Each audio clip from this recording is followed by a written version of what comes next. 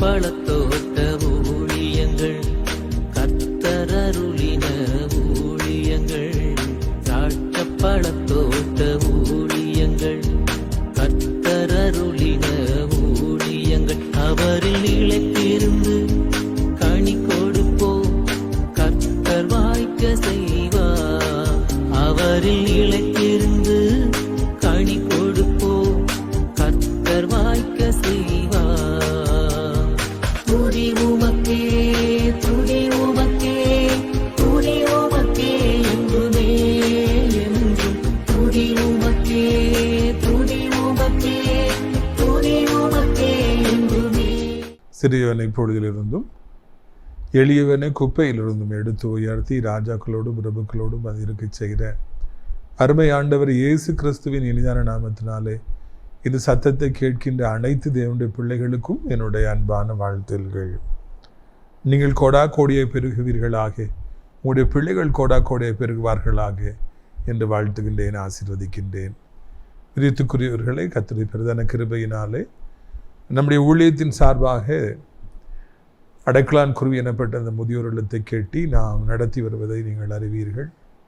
பல வருடங்களாக முதியவர்களுக்கு இப்படிப்பட்ட ஒரு இல்லத்தை கட்ட வேண்டும் என்கிற ஒரு வாஞ்சை எனக்குள்ளாக இருந்தது. ஒரு மனிதனுடைய வாழ்க்கை பிரயாணத்திலே முக்கியமான பருவம் முதுமை பருவம். ஏனென்றால் இந்த முதுமை பருவம் பலகீனமான ஒரு பருவம், சின்ன வார்த்தையை கூட தாங்க முடியாது.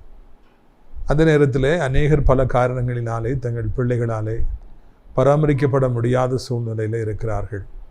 அவர்களுக்காக குறைந்த கட்டணத்திலே நாம் மிக சிறப்பான இந்த ஆவிக்குரிய இல்லத்தை நாம் ஆரம்பித்திருக்கிறோம். அநேகர் அங்கே வந்து தங்கியிருக்கிறார்கள். இது நூற்றுக்கணக்கில் ஜனங்கள் அங்கே வந்து தங்கலாம்.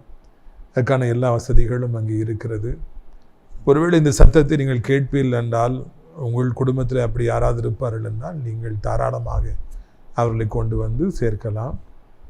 3 வேளையும் அவர்களுக்கு ஜெபம் நடைபெறுகிறது, சிறப்பான உணவு வழங்கப்படுகிறது, காற்றோட்டமான வசதிகள் இருக்கிறது, எல்லா காரியங்களும் சிறப்பாக இருக்கிறது. அது மாத்திரமல்ல, அங்கே தங்கியிருப்பவர்களை ஜெபத்தில் வழிநடத்துவதற்கான ஒரு நல்ல பாஸ்டர் நமக்கு தேவை, சமையல் செய்பவர்கள் நமக்கு தேவை, நர்சஸ் நமக்கு தேவை என்பதையும் கூட நான் அறிவிக்கிறேன். அங்கே தங்கியிருந்து அவர்கள் பணி செய்ய வேண்டும் என்பதுதான் முக்கியம். பிரியத்துக்குரியவர்களே, நம்முடைய ஊழியத்திற்காக ஜெபியுங்கள். இந்த அடைக்கலான் குருவி இல்லத்தில் அநேகர் முதியவர்கள் இருக்கிறபடியினாலே உங்கள் குடும்பத்தில் யாருக்காவது பிறந்த நாள் போன்றவைகள் வரும் என்றால், திருமண நாட்கள் வரும் என்றால், அங்கே இருக்கிறவர்களுக்கு நீங்கள் உணவு வழங்கி உங்கள் சந்தோஷத்தை பகிர்ந்து கொள்ளலாம் என்பதையும் தெரிவித்துக் கொள்ள ஆசைப்படுகிறோம். பிரியத்துக்குரியவர்களை, நான் செய்திக்குள்ளே கடந்து போகலாம். கர்த்தர் பேசும்படியாக தெரிந்து கொண்ட வார்த்தைகள் யாத்திரையாகமம் 32வது அதிகாரம் 9வது வசனம். பின்னு கர்த்தர் மோசே நோக்கி, இந்த ஜனங்களை பார்த்தேன், இவர்கள் வணங்கா கழுத்துள்ள ஜனங்கள் ஆகியால் என் கோபம் இவர்கள் மேல் மூலவும் நான் இவர்களை அழித்து போடவும் நீ என்னை விட்டுவிடு, உன்னை ஒரு பெரிய ஜாதியாக்குவேன் என்றார். இஸ்ரவேல் ஜனங்கள் அங்கே ஒரு தவறு செய்வதை காண்கிறோம். மோசே மேலே 40 நாட்கள் சென்று உபவாசம் செய்து அவர் அந்த கற்பலகை பெற்றுக்கொண்டு அவர் திரும்புகிற பொழுது இங்கே ஆரோனுடைய தலைமை சோரம் போகிறது. அவர் ஜனங்களை தவறானபடிக்கு வழிநடத்துகிறார், கன்றுக்குட்டிகளை செய்கின்றார். ஜனங்கள் மிகவும் பாவம் செய்கிறார்கள், அவர்கள் ஆர்ப்பரிக்கிறார்கள், குடிக்கிறார்கள், வெறிக்கிறார்கள். மேலே இருந்து மோசே வருகிற பொழுது ஆண்டவர் அதை கண்டு மிகவும் கோபம் கொள்ளுகிறார். இப்படி ஜனங்கள் இருக்காங்களேன்னு மோசையிட்ட ஆண்டவர் வருத்தப்படுறார். அப்பொழுது சொல்லுகிறார், இந்த கோபம் அதிகமாக மூழ்கிறது, நான் இவர்களை கொல்லப் போகிறேன், அழித்துவிட்டு உன்னை ஒரு பெரிய ஜாதியாக்குவேன் என்று சொல்லி அவர் சொல்லுகிறார். மனிதர்கள் பாவம் செய்கிற பொழுது ஆண்டுடைய கோபம் அங்கே மூழ்கிறது என்று நாம் காண்கின்றோம். ஆண்டுடைய கோபம் மூண்டபடியினாலே இன்றைக்கு எத்தனையோ குடும்பங்கள் சீரழிந்து விட்டன, எத்தனையோ பேருடைய வாழ்க்கை சீரழிந்து விட்டது, எவ்வளவோ பிஸ்னஸில் நாசமாய் போய்விட்டது, அழிந்து போய்விட்டது, எவ்வளவோ ஊர்கள் நாடுகள் அழிந்து போய்விட்டன, எவ்வளோ நிலப்பரப்புகள் அழிந்து போய்விட்டன என்றெல்லாம் வரலாறு நமக்கு சொல்லி காண்பிக்கின்றது. இந்த நாட்களில் கூட நம்ம அப்படியே பார்க்கிறோம். எத்தனையோ பேர் மேலே தேவனுடைய கோபாக்கினை வந்தபடியினாலே எவ்வளவோ மிக சிறப்பாக கடந்த காலங்களில் வாழ்ந்தவர்களெல்லாம் இன்றைக்கு ஒன்றுமில்லாமல் போயிருப்பதை நாம் காண்கின்றோம். எத்தனையோ பேர் எத்தனையோ ஊர்களை விலைக்கு வைத்திருந்தார்கள், சொந்தமாக வைத்திருந்தார், எத்தனையோ வீடுகளை வாங்கியிருந்தார்கள். இன்றைக்கு அவருடைய நிலைமை ஒன்றுமில்லாமல் போயிருப்பதை காண்கிறோம். சந்ததியார் ஒன்றுமில்லாமல் போயிருப்பதை காண்கிறோம். இதற்கு இப்படிப்பட்ட மாற்றம் ஆண்டுடைய கோபாக்கினை அவர்கள் மீது வந்தபடியினாலே. ஒரு நாளும் என் மீதும் உங்கள் மீதும் ஆண்டுடைய கோபாக்கினை வந்துவிடக்கூடாது. எருசலேம் தேவாலயத்திலிருந்து வந்த அந்த பாத்திரங்களை எடுத்து, அந்த கப்பை எடுத்து, பாபிலோனில் இருந்த ஒரு ராஜா தன் மறுமனையாட்டிகளை அழைத்து, எல்லாரையும் முக்கியஸ்தர்களையும் அழைத்து, அந்த கப்பில் இருக்கிற கப்புக்குள்ளே சாராயத்தை ஊற்றி குடித்தபடினாலே தேவ கோபாக்கினை அவன் மீது உண்டது. மெனே மெனே தெக்கி உபாசின் என்று கை விரல்கள் தோன்றி சிவற்றிலே எழுதின. அந்த ராத்திரியில் அவன் கலங்குகிறான். தானியேல் வந்து அர்த்தத்தை சொல்லுகிறான். அந்த இரவிலேயே அவர் கொல்லப்பட்டார். அவருடைய கதை முடிந்து விட்டது. நேபுகாத் நேசாரை போல எத்தனையோ வருடமாக வாழ்ந்திருக்கலாம், ஆட்சி செய்திருக்கலாம், அனுபவித்திருக்கலாம். ஆனால் தேவாலயத்திலிருந்து கொண்டு வரப்பட்ட அந்த பாத்திரங்களிலே மதுபானத்தை ஊற்றி குடித்தபடியினாலே, தேவனுடைய கோபாக்கினை அந்த மனிதன் மீது வந்தபடியினாலே அவர் அழிந்து விட்டார். இன்றைக்கும் எத்தனையோ பேருடைய மேலே கோபங்கள் வருகிறது, அவனுடைய கோபங்கள், கோபாக்கினைகள் வருகிறது. அப்பொழுது அவர்கள் அழிந்து போகிறார்கள். என்னுடைய தகப்பன் மீது ஒரு நாளிலே தேவனுடைய கோபாக்கினை வந்தது. என்னுடைய தாய் மாமா மீது ஆண்டுடைய கோபாக்கினை ஒரு நாளிலே வந்தது. அதனால் எவ்வளவோ செல்வ செழிப்பாக வாழ்ந்த அவர்களெல்லாம் கடைசி காலத்தில் ஒன்றுமில்லாமல் போனார்கள். எவ்வளவோ ஸ்ட்ராங்காக இருந்த அவர்கள் கடைசி காலங்களில் வியாதிப்பட்டு ஒன்றுமில்லாமல் போனார்கள். அதனால் ஆண்டவரை என் மீது உங்களுடைய கோபம் வந்துட வேண்டான்னு சொல்லி நம்ம கவனமாக இருக்கணும். எப்போ தெரியுமா நம்மள தேவனுடைய கோபம் வரும்? நாம் வாலிபமாக இருக்கும் பொழுது, நாம் அழகாக இருக்கும் பொழுது, நாம் செல்வமாக இருக்கும் பொழுது, நாம் பதவியில் இருக்கும் பொழுது, எல்லாம் நமக்கு சாதகமாக இருக்கும் பொழுது, பெருமை நிமித்தமாக, வாலிப முறுக்கு நிமித்தமாக நாம் தவறு செய்வோம் என்றால் அப்பொழுதுதான் தேவனுடைய கோபாக்கினை நம் மீது வருகிறது. ஒவ்வொரு நாளும் இரவு தூங்க போவதற்கு முன்பதாக தேவனுடைய சன்னிதானத்தில் அமர்ந்திருந்து, ஆண்டவரே நான் ஏதாவது தவறு செய்திருந்தா நீ மன்னிங்க, நான் ஏதாவது தவறாக பேசியிருந்தா மன்னிங்க, பெருமையாக பேசியிருந்தா மன்னிங்க, நான் பிறரை அவமதிச்சிருந்தா என்னை மன்னிங்க என்று சொல்லி ஆண்டவரிடத்தில் நான் ஒப்புரவாக வேண்டும். ஒவ்வொரு நாளும் நான் எவ்வளவோ தவறுகளை செய்கிறேன், ஒப்புரவாகி இயேசுவின் ரத்தத்தினால் என்னை கழுவும் என்று சொல்கிற பொழுது அந்த பாவமெல்லாம் நம்மை விட்டு கரைந்து போய்விடுகிறது. நம்ம அதை அப்படி விட்டுட்டே தொடர்ந்து போயிட்டே இருப்போம்னா 1 வருஷம் 2 வருஷம் 3 வருஷம் ஆக அந்த பாவமெல்லாம் நம்முடைய தோளின் மீது முதுகின் மீது சுமந்து பெரிய மூட்டையை நாம் சுமக்க வேண்டிய ஒரு சூழ்நிலை வருகிறது. ஒவ்வொரு நாளும் பாவ அறிக்கை செய்வோம், நாம் வெற்றி பெறுவோம், நாம் அதிலிருந்து விடுதலை பெறுவோம். சாபங்களை சேர்த்து வைக்க வேண்டாம். வருங்கால தலைமுறைக்கு, உங்களுடைய பிள்ளைகளுக்கு, பேர பிள்ளைகளுக்கு நீங்கள் சாபங்களை சேர்த்து வைக்க வேண்டாம் என்று உங்களை அன்போடு கூட அழைக்கின்றேன். அப்பொழுது மோசே எனப்பட்ட தேவ மனிதன், ஆண்டவரே அது வேண்டாம், தயவுசெய்து நீர் அப்படி செய்ய வேண்டாம். அவர் என்ன சொல்கிறார் பார்த்தீங்களா? அது அடுத்த வசனம், மோசே தன் தேவனாய கர்த்தரை நோக்கி அப்படின்னு சொல்லி அவர் பேசி, இவர்களுக்கு ஆணையிட்டு சொன்னீரே என்று கெஞ்சி பிரார்த்தித்தான். அதாவது 13ஆம் வசனத்தில் கடைசியில் அவர் அப்படி சொல்கிறார். அவர் சொல்கிறார், ஆண்டவர் நீங்கள் தானப்பா கூப்பிட்டு வந்தீங்க, நீங்கள் தானையா இவர்களுக்கு இறங்குனீங்க, நீ தானே முற்பிதாக்களுக்கு ஆணையிட்டீங்க, நீங்களே கொண்டுட்டீங்கன்னா எப்படி என்று அங்கே அவர் முறையிடுகிறார். அதற்கு முன்பதாக ஆண்டவர் சொல்கிறார், நான் உன்னை பெரிய ஜாதியாக்குவேன். மோசே இவர்களை அழித்து விட்டு நான் உன்னை பெரிய ஜாதியாக்குவேன்னு சொல்கிறார். ஆண்டவருடைய குணாதிசயங்களே ஒன்று, ஒருவரை அப்புறப்படுத்துகிற பொழுது இன்னொருவரை அவர் கொண்டு வருகிறார். தாவீது எப்படி சீனில் வந்தார்? அவர் சவுல் ராஜாவை ஆண்டரை அப்புறப்படுத்தினார், அதனால தாவீது வந்தார். ஆண்டவர் சாலமோன் ராஜாவை உடைய பிள்ளைக்கு 10 கோத்திரங்களை உடைத்து அதை புதிதாக வந்த யெரோபெயாம் இடத்துல கொடுத்தார். ரெகோபெயாமுக்கு ஒரே ஒரு கோத்திரம் தான் மிஞ்சிச்சு. ஆண்டவர் எப்பொழுதுமே ஒருவரை அகற்றி விட்டால் அடுத்தாப்புல என்ன செய்யணுங்கிறத யோசிக்கிறார், அடுத்தாப்புல இன்னொருத்தரை கொண்டு வந்துடுறார். இது ஆண்டவர்கிட்ட இருக்கிற ஒரு குணாதிசயம். உன்னை நான் பெரிய ஜாதியாக்குறேன்ப்பா மோசே, நான் உனக்கு எல்லாத்தையும் தாரேன்னு சொல்லிட்டு ஆண்டவர் அங்கே மோசைக்கு வாக்கு பண்ணுவதை காண்கிறோம். அப்படி என்றால் ஒருவரை ஆண்டவர் கீழே தள்ளுகிற பொழுது அங்கே இன்னொருத்தருக்கு ஒரு வாழ்வு கிடைக்கிறது. ஆண்டவருடைய கரம் இந்த பூமியிலேயே அநேகரை இன்றைக்கு உயர்த்திருக்கிறது என்றால் அதற்கு முன்பதாக இருந்தவர்கள் தகுதியற்றவர்களாய் போனார்கள். இன்றைக்கி நிறைய பேர் மேலே இருக்காங்க. எதுக்காக இருக்காங்கன்னா அவங்களுடைய நீதியினாலே அல்ல, அவங்களுடைய திறமையினாலே அல்ல, அவங்களுடைய வாய் சாதுரியத்தினாலே அல்ல, உழைப்பினாலே அல்ல, இன்னொருவர் அதுக்கு தகுதி இல்லாமல் போனபடியினால்தான் இன்றைக்கு ஆண்டவர் இவரை உயர்த்தியிருக்கிறார், இவர்களை உயர்த்தியிருக்கிறார். ஆனால் என்னை ஊழியத்திற்கு கொண்டு வந்திருக்கிறார் என்றால் அதற்கு முன்பதாக இருந்தவர்கள் ஒருவேளை சில காரியங்களில் தவறி போயிருக்கலாம். அதனால என்ன கொண்டு வந்திருக்கலாம். இது தெரியாமல் நான் பெரிய ஆளாயிட்டேன், நான் பெரிய ஊழியக்காரன் ஆகிட்டேன், எனக்கு அப்படி வரா இருக்குது இப்படி வரா இருக்குது சொல்லி மேன்மை பாராட்டுவதற்கெல்லாம் எதுவுமே இல்லை. ஆண்டவர் எப்பொழுதுமே ஒரு தள்ளிட்டேன்னா அடுத்த ஆளை தூக்கணும், மேலே வயது கொண்டு வரணும்னு நினைக்கிறாரு. நம்மளை தள்ளிட்டு இன்னொருத்தர் ஆண்டவர் கொண்டு வர வேண்டிய சூழ்நிலை ஒரு காலம் வந்துடக்கூடாது. யாருக்காவது ஆண்டவருடைய மகிமை கிடைச்சிக்கிட்டே இருக்கும். இந்த பூமியில் ஆண்டவர் செயல்பட்டுகிட்டே தான் இருப்பார்.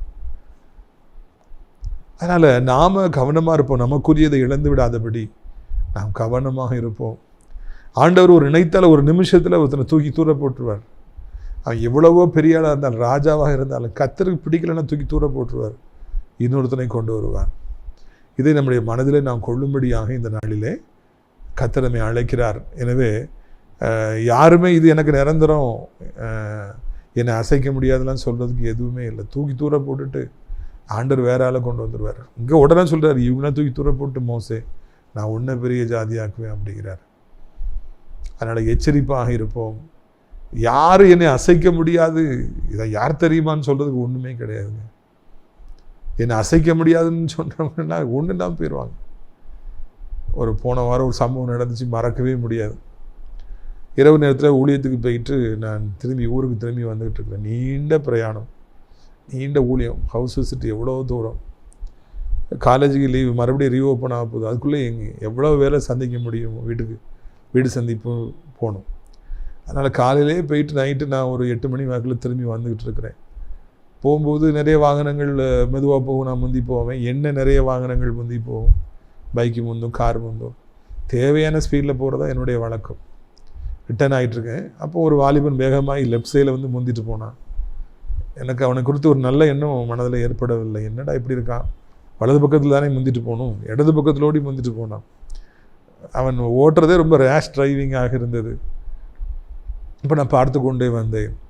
பிறகு அப்படி ஊருக்குள்ளாக அந்த வண்டி ஒரு ஊரை கிராஸ் பண்ணி போகும்போது இங்கேருந்து ஒரு பெரிய பஸ்ஸு வந்தது. அதுக்கு பின்னால் 2-3 பஸ், டூரிஸ்ட் பஸ்ஸஸ் எல்லாம், சுற்றுலா வந்தவங்க வரிசையாக பஸ்ஸு நிற்கிது. அவன் உள்ளே வரும்போது இவன் பைக்கிட்ட அந்த பஸ்ஸு வந்துருச்சு. உடனே அந்த பஸ்ஸை நிப்பாட்டி அந்த பஸ் டிரைவரை கெட்ட வார்த்தை சொல்லி திட்டி அந்த பஸ்ஸை நிப்பாட்டிட்டான். நீ பின்னால் போன்னு சொல்லி சொல்கிறான். அழகாகவும் போகலாம். இதில் முன்னால் ஒரு 100 பஸ்ஸு, இந்த சண்டையில், இவன் போடுற சண்டையில் முன்னால் 100 வாகனம் நிற்கிது, பின்னால் நாங்கள்லாம் 100 வாகனம் நிற்கிறோம். கெட்ட வார்த்தை சொல்லி ஆட்கள் கூட அவனுக்கு கெட்ட வார்த்தைகள் அதிகமாக வருகிறது. அந்த டிரைவருக்கு கொஞ்சம் வயசு ஜாஸ்தியாக இருக்கும், மரியாதை தெரியாமல் பாப்போன்னு பேசி கெட்ட வார்த்தை சொல்லி வண்டியை எடுத்துலாம் எடுக்கியா இல்லையா அவனுக்கு சப்போர்ட்டாங்க 2-3 பேர். நிறைய பேர் போட்டுங்கிறாங்க. பிறகு அந்த டிரைவர் பயந்து வண்டியை பின்னால் எடுத்தார். ஒரு பெருமையோடு கூட பார்த்து கொண்டு அது பிறகு அவன் அந்த பைக் எடுத்துகிட்டு போனான். எனக்கு ரொம்ப வேதனையாக இருந்தது, இந்த தலைமுறை இப்படி இருக்கிறது என்று சொல்லி. ஐயா, இன்றைக்கு வாலிபம் இருக்கலாம், வாலிபம் முறுக்கு இருக்கலாம், அடிச்சிடுவேன் குத்திடுவேன்னு சொல்லலாம், கெட்ட வார்த்தை பேசலாம். ஆனால் ஆண்டவர் நினைப்பார் என்றால், பார்ப்பார் என்றால், கோபம் கொள்ளுவார் என்றால், ஆண்டுடைய கோபாக்கினை வரும் என்றால் ஒரு நிமிடம் யாரால் நிற்க முடியுமா? நீ நிறைய பேர் இது போல் இந்த வாலிபனை போல் அடிச்சிடுவேன் வெட்டிடுவேன் குத்திடுவேன்னு சொல்லி நிற்கிறாங்க. ஒரு நாளில் அவர்கள் மேலே தேவனுடைய கோபாக்கினை வரும் என்றால் ஆண்டவர் அவர்களை உடனே எடுத்துட்டு வேற யாரையோ கொண்டு வருவார். தேவனுடைய சாயலை படைக்கப்பட்ட மக்களெல்லாம் இன்றைக்கு இப்படியாக பயங்கரமாக கெட்ட வார்த்தை பேசுகிறவர்களாக, பிறரை அவமதிக்கிறவர்களாக, பயங்காட்டுகிறவர்களாக, அப்படி பண்ணிடுவேன் இப்படி பண்ணிடுவேன்னு சொல்கிறவர்களாக இருக்காங்க. நம்ம நாடு அப்படிப்பட்டவர்களாலே நிறைஞ்சிக்கிட்டு இருக்குது.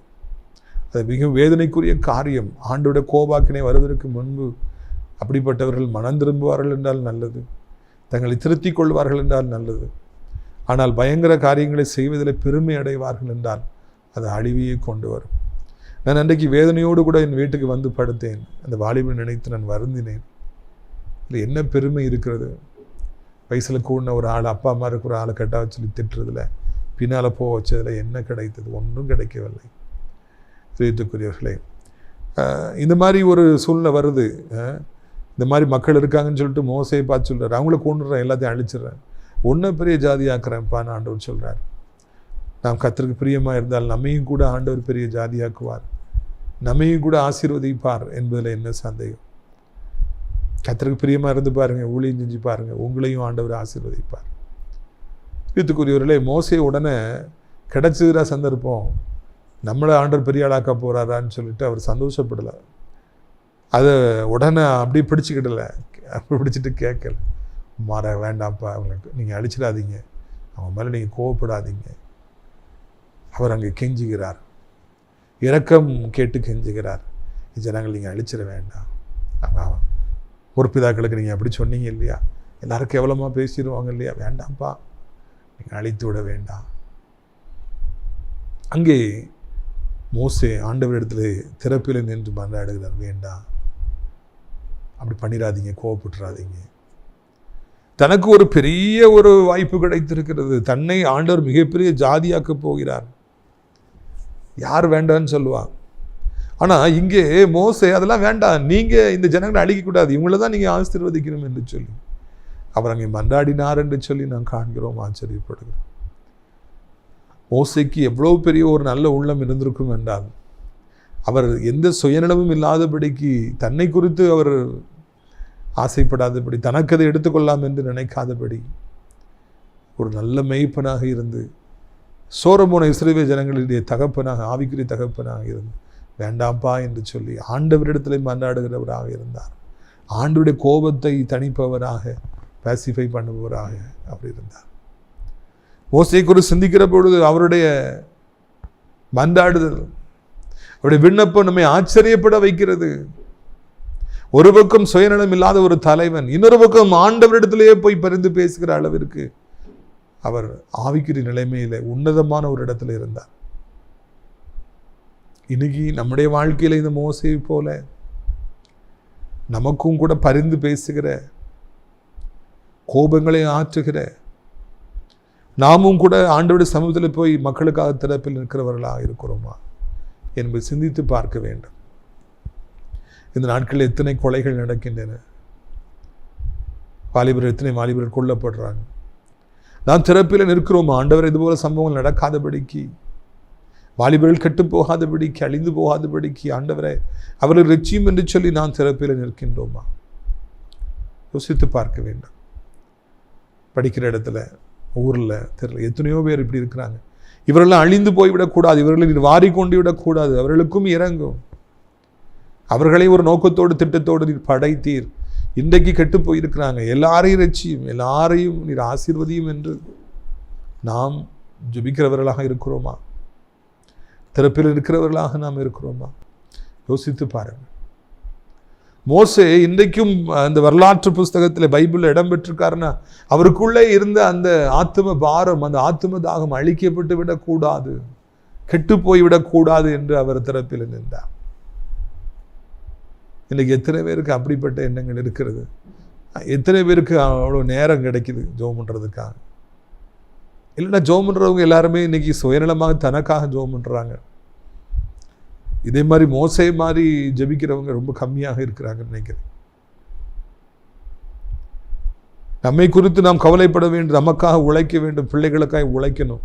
இது தவிர்த்து ஆண்டவர் நமக்கு நிறைய கடமைகளை வைத்திருக்கிறார், பொறுப்பை வைத்திருக்கிறார்.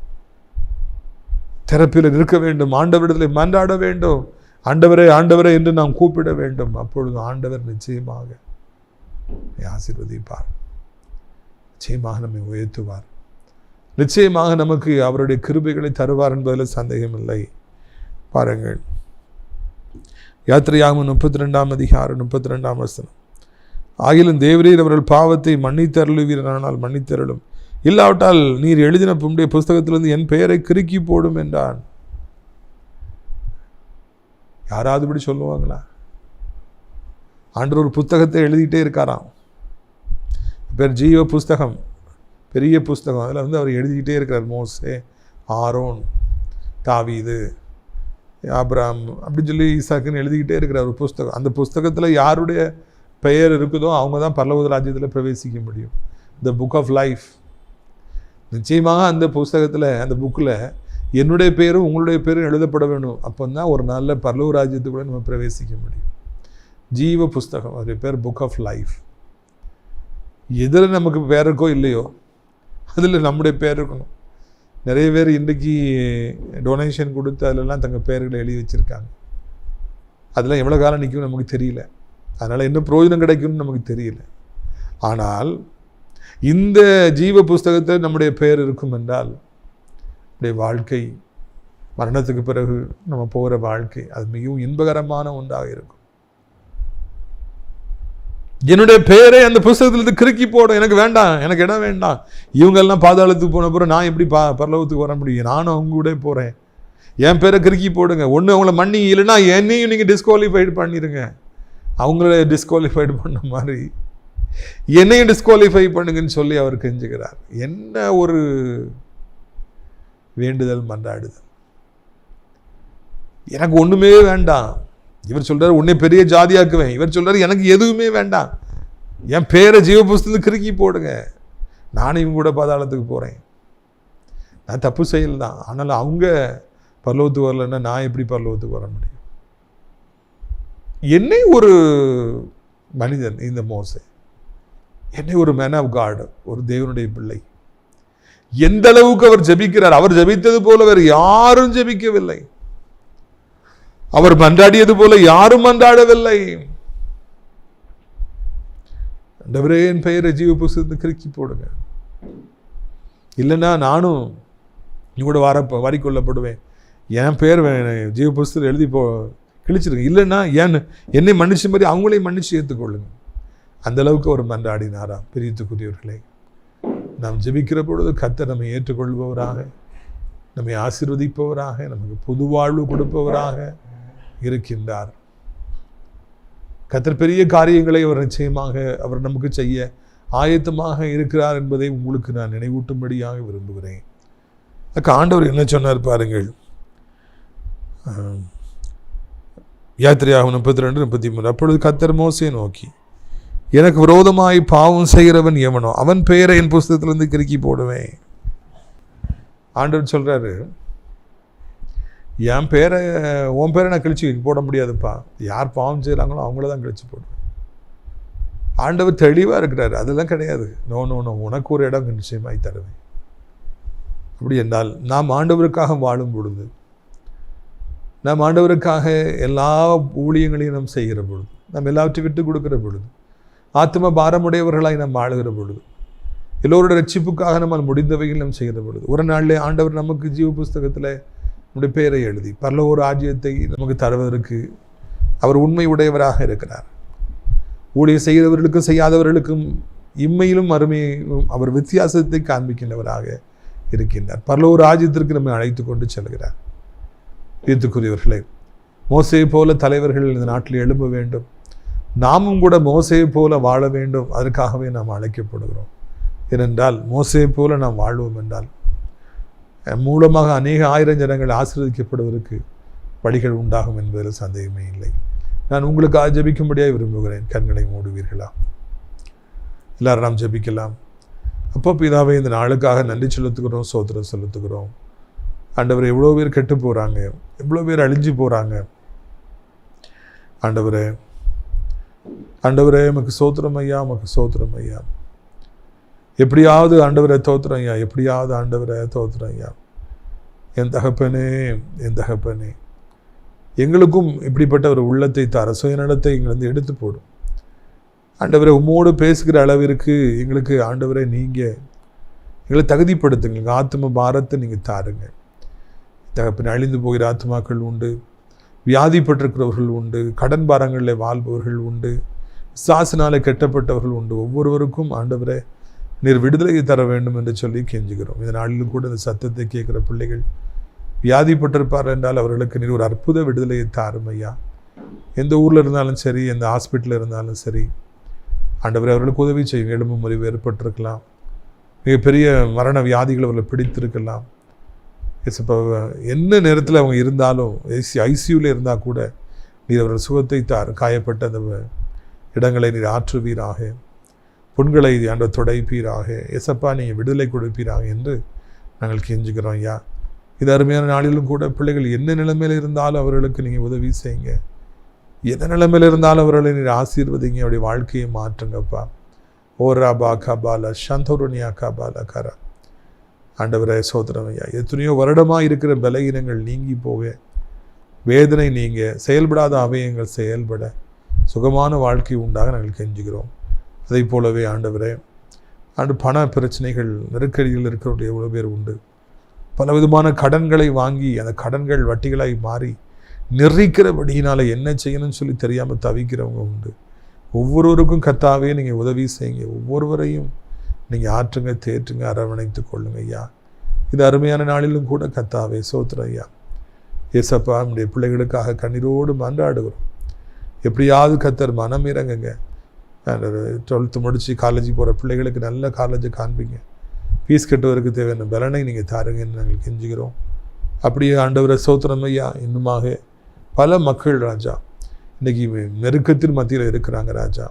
பண நெருக்கடியில் இருக்கிறாங்க, வருமானம் இல்லாமல் இருக்கிறாங்க, சொந்த வீடு இல்லாமல் இருக்கிறாங்க, தேவை மத்தியில் இருக்கிறாங்க, என்ன செய்யணும்னு சொல்லி தெரியாமல் நிற்கிறவங்க நினைக்கிறாங்க. ஒவ்வொருக்கும் நீங்கள் உதவி செய்யுங்க ஆண்டவரே.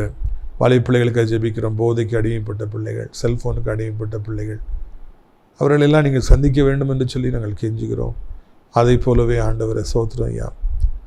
ஆண்டவரே தகப்பனே சோத்திரம். வயதானவர்களுக்காக ஜெபிக்கிறோம். கீழே விழுந்து விடாதபடி, எலும்புகள் முறிந்து விடாதபடி கர்த்தாவே நீங்கள் காத்துக்கொள்ள வேண்டும் என்று சொல்லி கெஞ்சுகிறோம். வல்லமை ஒவ்வொருவருக்கும் போதுமானதாக இருக்கட்டும். ஆண்டவர் ஆசீர்வதியும். அனைத்து நாடுகளையும் ஆசீர்வதியும். எங்கள் தாய் திருநாடாக இந்தியாவை ஆசீர்வதியும். தமிழ்நாட்டை ஆசீர்வதியும். அனைத்து மதத்தவர்களையும் ஆசீர்வதியும். ஆண்டவரே அனைத்து தேவனுடைய பிள்ளைகள், ஆலயங்கள், திருச்சபைகள், ஊழியக்காரர்கள் எல்லாரையும் ஆசீர்வதியும். நாஸ்திரி திராட்சை பழத்தோட்ட ஊழியர்களை நேசிக்கிற, நாள்தோறும் நம்முடைய நிகழ்ச்சிகளை பார்க்கிற, ஜெபிக்கிற, தாங்குகிற நல்ல உள்ளம் படைத்தவர்கள் ஒவ்வொருவரையும் ஆசீர்வதி. ஆசிரியர் அடைக்கலான் குருவி ஆவிக்குரிய முதியோர் உள்ளத்தில் தங்க அநேக மக்களை அழைத்து கொண்டு வாரும். வேலை செய்யும் மக்களை அழைத்து கொண்டு வாரும்.